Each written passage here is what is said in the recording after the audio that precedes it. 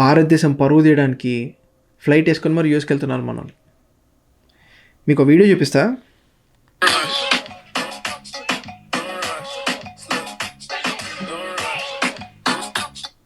వీళ్ళ డ్యాన్స్ బాగా అనిపించింది కదా.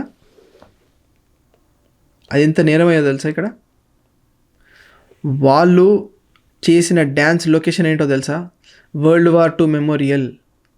అది అమెరికా కోసం వరల్డ్ వార్ IIలో పోరాడుతూ చనిపోయిన వాళ్ళ కోసం కట్టిన స్థలం అది. అక్కడికి వెళ్ళి వీళ్ళు డ్యాన్సులు చేసి, అంటే ఏం చూపించుకుందామనో నాకు అర్థం కాలేదు. లొకేషన్ బాగుందని చూపించడానిక, వీళ్ళ డ్యాన్సులు బాగున్నాయని చూపించుకోవడానిక.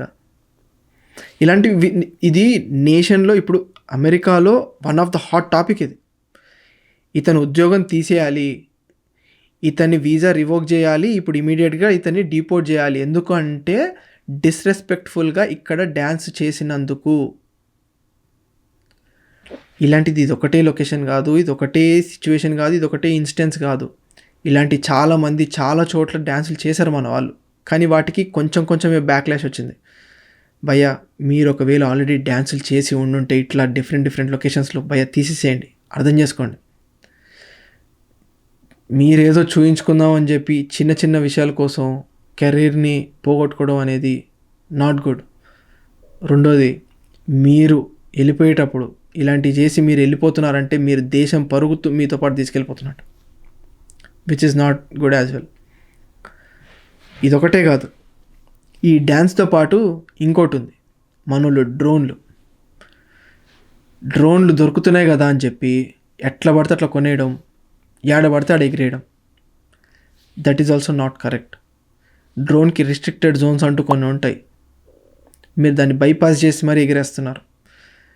నేషనల్ పార్క్స్లో డ్రోన్ ఎగిరేయడం అనేది కంప్లీట్లీ బ్యాండ్ ఇక్కడ. It's a no fly zone for drone.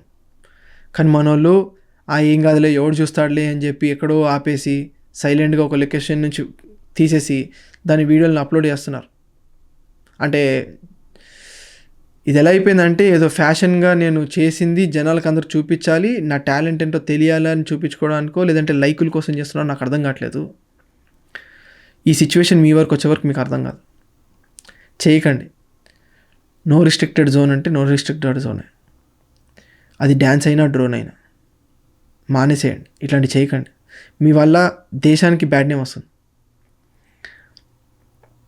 ఇంతకుమించి నేనేం చెప్పలేను. మీరు దేశానికి మంచి పేరు తీసుకురాకపోయినా పర్లేదు, కానీ ఉన్న పేరు అయితే బ్యాడ్ చేయకండి. Thank you. జై హింద్.